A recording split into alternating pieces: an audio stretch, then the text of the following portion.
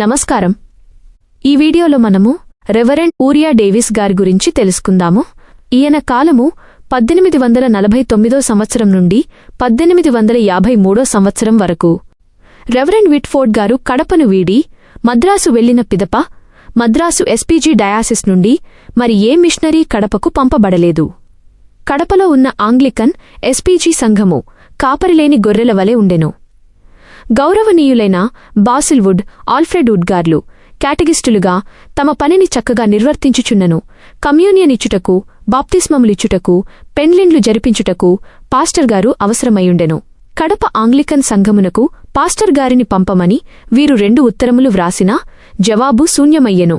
ఇలా ఉండగా బాసిల్ వుడ్ గారు, ఆల్ఫ్రెడ్ వుడ్ గారు కడప నుండి మద్రాసుకు కాలినడకన బయల్దేరిరి.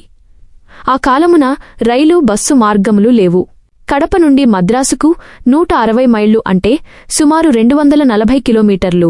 కడప నుండి మద్రాసు వెళ్లాలంటే కడప నుండి రాయచోటి, గుర్రంకొండ, వాయల్పాడు, మదనపల్లి, పుంగనూరు, పలమనేరు, చిత్తూరు మీదుగా కాలిబాటలో వెళ్లవలయును.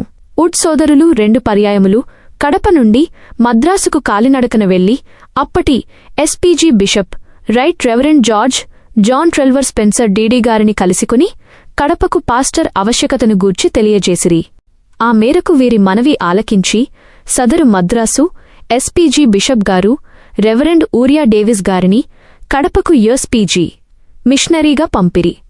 వీరు 1849 సంవత్సరమున కడపకు వచ్చి ఎస్పీజీ ఆంగ్లికన్ సంఘమునందు గురువుగా దాదాపు 5 సంవత్సరములు పనిచేసిరి. ఇతడు కడపనందు ఆడ మగపిల్లలకు ఒక పాఠశాలను స్థాపించిరి. ఈ పాఠశాలకు విదేశీ ఉపాధ్యాయుని నియమించెను.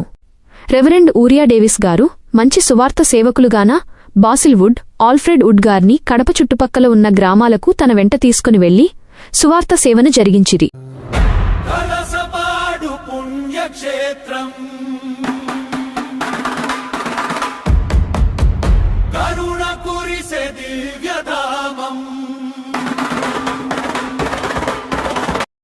ఆల్ఫ్రెడ్ వుడ్ గారిని తన అనువాదకునిగా ఇంగ్లీష్ టు తెలుగు నియమించుకునినందున సువార్త ప్రచార ధ్యేయము చక్కగా నెరవేరెను.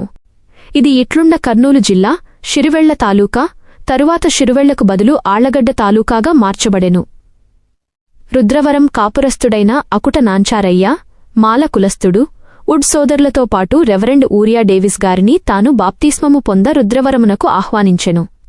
మున్ను అకుట నాంచారయ్య అహోబిలం వెళ్లి తన ముడుపు దేవస్థానం హుండియందు వేయగా అచ్చట పూజారులు అప్రాచ్యుడు, మాలవాడు, నిమ్నజాతీయుడు దేవాలయం అపవిత్రపరచాడని కడప పోలీస్ స్టేషన్నకు ఫిర్యాదు చేయగా నాంచారయ్యను కడప జైలునందు పెట్టిరి. ఆల్ఫ్రెడ్ వుడ్ గారు జైలు నుండి బెయిల్పై అకుట నాంచారయ్యను విడిపించారు. వాక్యం చెప్పి క్రీస్తునందు బలపరచి ఉండిరి. ఆ మేరకు ఇప్పుడు రుద్రవరమునకు రెవరెండ్ ఊరియా డేవిస్ గారిని రప్పించి అతనిచే మోషేయను పేరున క్రీస్తునందు బాప్తిస్మమొందెను. ఇతనితో పాటు 30 మంది రుద్రవరం మాలవారు క్రీస్తును నమ్మి బాప్తిస్మముందిరి. ఎస్పీజీ సంఘమున తెలుగునాట అకుట నాంచారయ్య ప్రథమ ఫలము. ఆ పిదప గూబగూడెం, జంబులదిన్నె మాలలు విశ్వసించి 80 మంది క్రీస్తునందు బాప్తిస్మమందిరి. ముత్యాలపాడువారు, గొండెగనూరు, మద్దూరువారు క్రైస్తవ శిక్షణలో ఉండిరి. ఇట్లు క్రైస్తవ్యము దినదిన ప్రవర్ధమానంగా విస్తరించుచుండగా ఇది గిట్టని ముత్యాలపాడు, వనిపెంట శూద్రులు రెవరెండ్ ఊరియా డేవిస్ గారిని, వారి అనుచరులను వీరి వెంటబడి తరిమిరి.